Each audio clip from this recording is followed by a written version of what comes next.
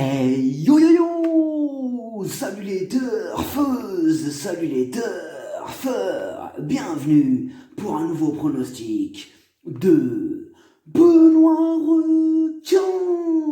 Merci pour vos likes, pour vos commentaires, n'hésitez pas à vous abonner pour recevoir tous mes pronostics tous les jours et n'hésitez pas à rejoindre ma communauté pour avoir accès à tous les avantages tous les jours.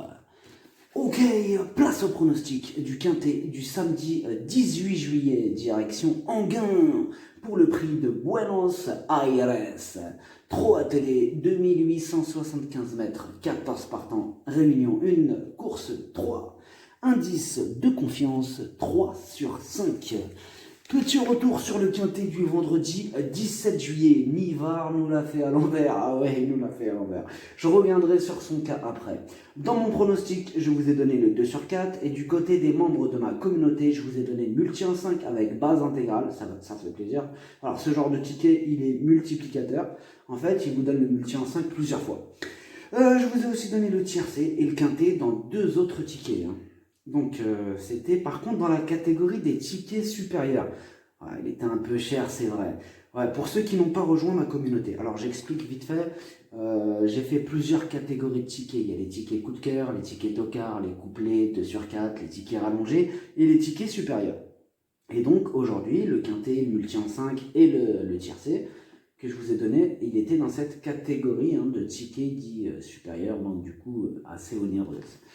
Mais c'est pas fini, mon cheval du jour est arrivé et mon coup de folie, le 7, est arrivé. Il est arrivé à 25 contre 1, ça fait super plaisir. Il y a des résultats, on continue comme ça. Pour revenir à Franck Nivard. Alors déjà que les quintets sont compliqués, mais si en plus les entraîneurs nous brouillent les pistes, vous savez, c'est un petit peu comme si on était des enquêteurs en pleine enquête là, et t'as des faux témoins, ils arrivent avec des faux témoignages, des fausses pistes. Ok, ils veulent jouer à ça? Pas de problème. J'ai mis au point une liste rouge. Bon, on commence à la connaître, cette liste rouge. Mais même une liste noire, d'ailleurs. Bon, ça, on en reviendra. Liste noire, ça, c'est pour les pères. Non, Nivard, là, il est sur la liste rouge. On l'a pas mis sur la noire, sur la rouge.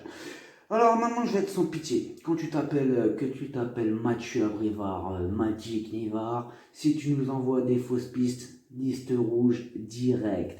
Donc, Nivard, on l'aura compris, c'est liste rouge. Pas de favoritisme. Pour rappel, avant la course, et oui, il disait il a eu un abcès de cheval, on va essayer d'accrocher une place. Accrocher une place. Il a fini deuxième. Un peu plus, il gagnait carrément. C'est ça, accrocher des places pour toi? Non, ah bah non. Voilà, elle va nous servir cette liste rouge, croyez-moi, petit à petit, l'oiseau fait son nid. On va tous les répertorier jusqu'au jour où notre liste sera complète. Donc, bienvenue à toi sur cette liste Magic Nivard. Une citation de Plutarque, artiste, écrivain, moraliste, philosophe. La patience a beaucoup plus de pouvoir que la force. Et pour info, le niveau qui donne accès à tous mes tickets pour la course du quintet, c'est le niveau 3 qui s'appelle Yo-Yo Total VIP. Donc, n'hésitez pas à rejoindre ma communauté et vous récupérez tous mes tickets dans l'onglet communauté. Donc, je prends des petites photos, tac, tac, tac, je prends les tickets. Franchement, c'est très simple. C'est des photos. Voilà. On commence le pronostic, c'est parti. On commence avec le numéro 1, Frigja Dupont. Entraînée par Jean-Michel Bazir, elle est arrivée à son top niveau. Elle aurait pu gagner la dernière fois, mais bon, elle a une petite légère incartade. Ce samedi, il y a de la grosse revanche dans l'air. Le numéro 2, Divine Méloise. Elle est dans sa catégorie, elle reste sur une 4e place alors qu'elle était totalement ferrée. Cette fois-ci, elle sera en mode compétition, déférée des 4, munie de hier, bref, la totale. Elle va défendre chèrement ses chances. Le numéro 3, Bachar, il a maintenant 2 courses dans les jambes et il se rapproche dangereusement de son meilleur niveau. Il est donc compétitif pour l'obtention d'une place. Le numéro 4, Classic Connection, il vient de remarquablement terminer à la 3e place, sans être affûté et sans être à 100%. Là, il faut savoir que cette fois-ci, des progrès sont attendus sur cette sortie. Il sera aussi déféré des 4, donc il a une belle carte à jouer. Logiquement. Eh oui, s'il reste au trot, voilà, c'est ça le truc. Oui, il faut qu'il reste au trot. Le numéro 5, Best du Oti, il reste sur 6 échecs consécutifs. Le lot, il est encore plus relevé que la dernière fois, et il garde ses chaussures. Bon, là, clairement, sa tâche s'annonce très compliquée. Le numéro 6, Belle Louise Mabon, elle donne toujours son maximum. Elle vient de bien finir à la 5e place, mais bon, cette fois-ci, le lot est un petit peu... Enfin, il est plus relevé, hein, clairement, il est plus relevé. Elle n'aura pas le droit à l'erreur pour espérer gratter une nouvelle fois une 5e place, mais elle peut y arriver. Attention, attention, attention.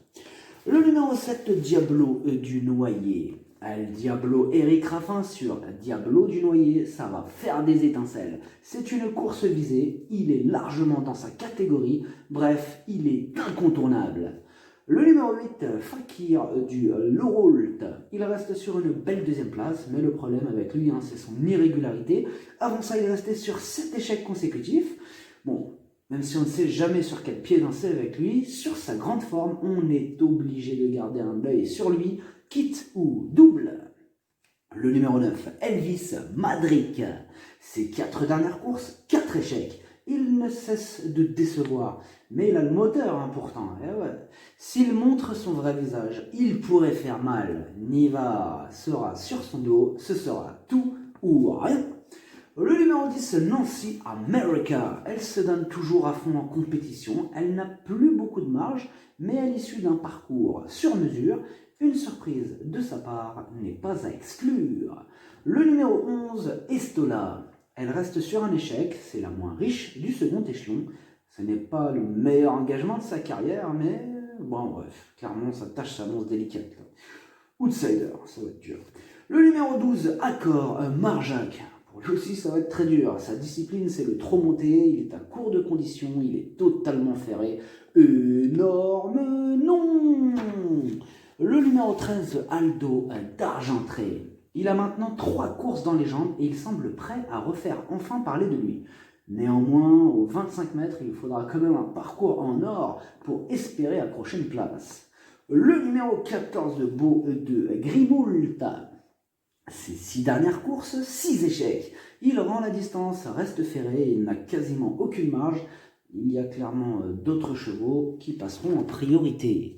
Le pronostic, ça donne 7, As, 8, 4, 2, 3, 10, 6, cheval de complément le 9, si jamais il y a un autre nom partant, mais ça peut arriver, le 13.